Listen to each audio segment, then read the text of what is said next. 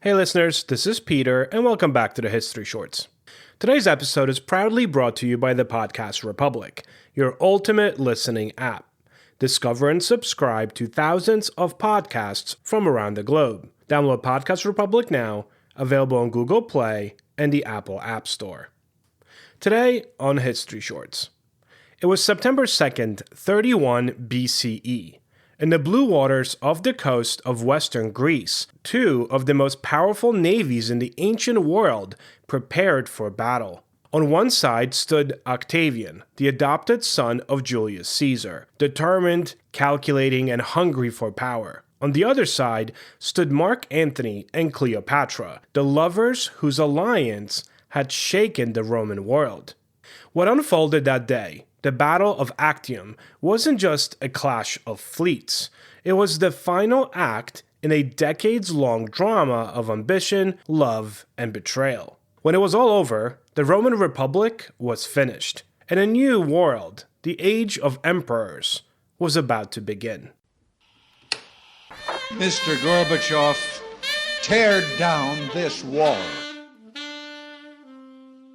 A quick word from our sponsors. This day in history. On December 10th, 1948, the United Nations adopted the Universal Declaration of Human Rights, drafted under the leadership of Eleanor Roosevelt. For the first time, nations agreed, at least on paper, that every human being on Earth is entitled to basic rights and freedoms. It remains one of the most translated documents in the world. On December 10th, 1901, the first ever Nobel Prizes were awarded in Stockholm, fulfilling the will of Alfred Nobel, a man best known for inventing dynamite but determined to leave a legacy of peace, science, and literature. The Nobel ceremonies have taken place on this date ever since. Story of the day: the Battle of Actium.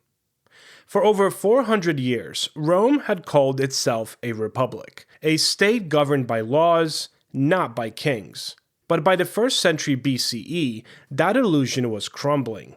Civil wars had become the norm. Political violence filled the streets. The Senate, once the guardian of the republic, was paralyzed by corruption and fear. When Julius Caesar crossed the Rubicon River in 49 BCE, defying the Senate's authority, the Republic entered its death spiral. Caesar's victory in the ensuing civil war made him dictator for life, a move that alarmed those who still clung to the old Republican ideals. In 44 BCE, Caesar was assassinated by senators who claimed to be saving the very Republic, but in killing the man, they only deepened the chaos. In the vacuum that followed, two men rose to power: Caesar's 19-year-old adopted heir, Octavian, and his trusted general, Mark Antony. For a time, they were allies, but Rome was too small for both.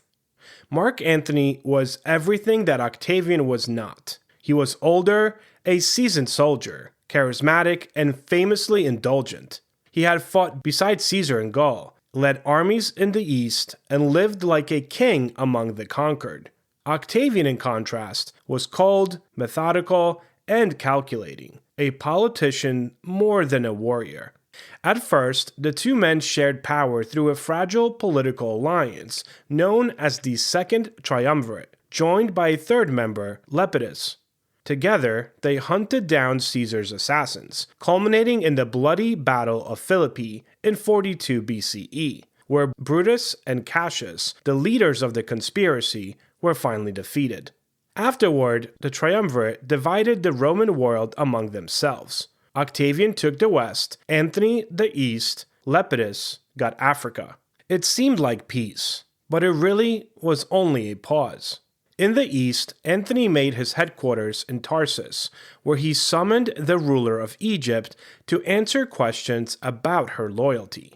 The woman who arrived was Cleopatra VII, the last of the Ptolemies, brilliant, ambitious, and already a legend in her own right.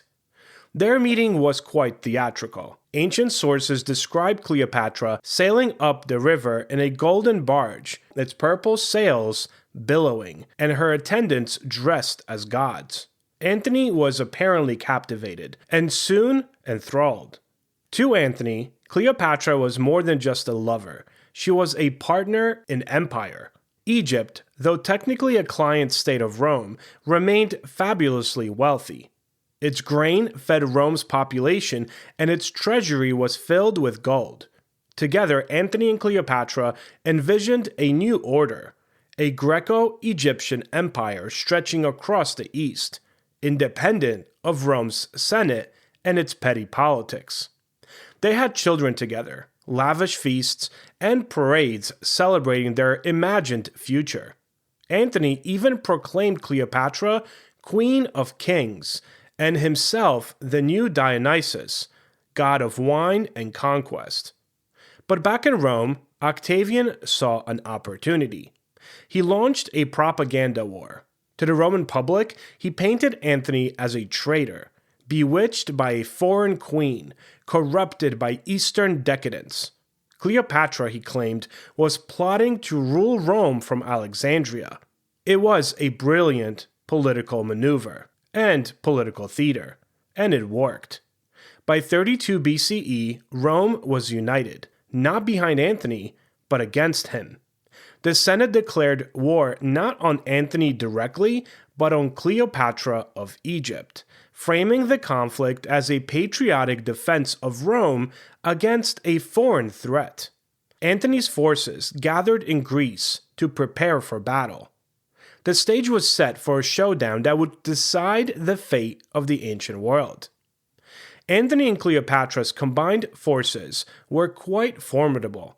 Around 500 warships, 100,000 soldiers, and 12,000 cavalry. Their fleet was vast, but heavy, filled by large ships armed with catapults and towers. Octavian's navy, commanded by his brilliant admiral Marcus Vespasianus Agrippa, was smaller but much faster and more disciplined. Agrippa had spent months training his men and cutting off Antony's supply lines. By late summer of 31 BCE, Antony's army was stranded on the western coast of Greece, near a small promontory called Actium. Disease and desertion were taking their toll. Agrippa's fleet had captured key positions, leaving Antony trapped between sea and land. Cleopatra, stationed with her own ships nearby, urged Antony to break out while he still could. At dawn on September 2nd, the winds rose, and the fleets advanced. Antony's massive ships rowed slowly forward, their bronze rams glinting. Octavian's smaller vessels fanned out in a crescent, agile and ready to encircle.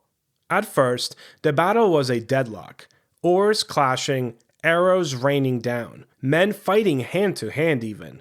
But as the hours dragged on, the winds shifted, and Agrippa's ships began to press their advantage. Then came the moment that would define the legend. From the center of the fight, Cleopatra's fleet suddenly turned and fled, her 60 ships breaking formation and heading for open water. Whether it was a planned retreat or a moment of panic, well, that remains debated. But what's certain is that when Antony saw her sails disappearing into the distance, he made a fateful choice. He abandoned the battle. Leaving his men behind, he broke away in a small ship and followed Cleopatra into the open sea. Without their commander, Antony's fleet faltered as well. Surrounded and leaderless, the remaining ships were captured or burned. By nightfall, Actium was over, and Octavian had won. The defeat at Actium was more than military, it was actually psychological. Antony and Cleopatra escaped to Egypt, but their power was shattered. One by one, their allies defected to Octavian. The following year, Octavian marched into Egypt itself. Antony's remaining forces surrendered without a fight. Trapped in Alexandria, Antony and Cleopatra faced the end.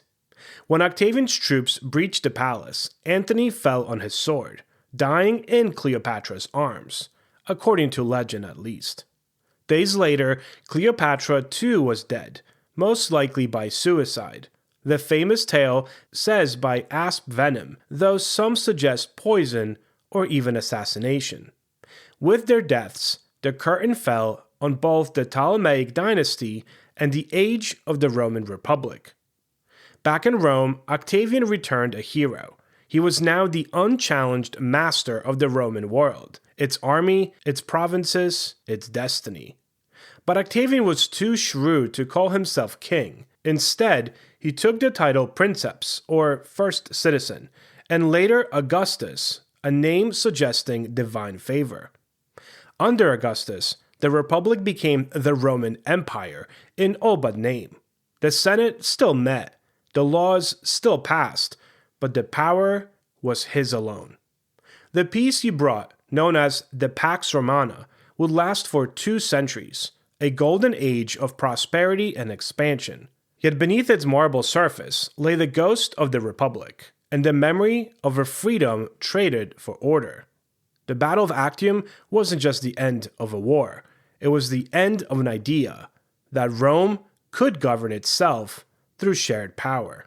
From that day forward, Rome would have emperors, not citizens, at its helm. From the Conversations Vault, here's an excerpt from a 2024 conversation with author Kate Anderson Brower, who has written extensively on the White House staff, presidents, and first ladies. Make sure you look back for the entire episode wherever you're listening to this show. Link will also be in the description. What is it like talking to first ladies and presidents? Does it feel intimidating, or did anyone that you interviewed surprise you in any way, shape, or form? I think, the Carters are the least intimidating because they, I went down to their house in Georgia and I watched President Carter deliver a sermon at his church. And then I went to their ranch house, which was kind of just a modest, middle-class home that they've had for decades. So they were not intimidating. I think that I've interviewed President Trump in the Oval Office, and that was intimidating, more so because of the location. Interviewing somebody in their living room is much less intimidating than being in the Oval Office, where you just feel that sense of history. And it's also a lot of waiting. It was funny with President Trump. I live outside of DC, but I'm about a half an hour from the White House. And so, 1 minute the interview was going to happen, and the next minute it was canceled, and then it was going to happen. And so every day I was kind of like on pins and needles, wondering when this was going to finally happen. And it was intimidating because of so much history that's happened in that space. And you can't not be awed by the White House when you're physically there.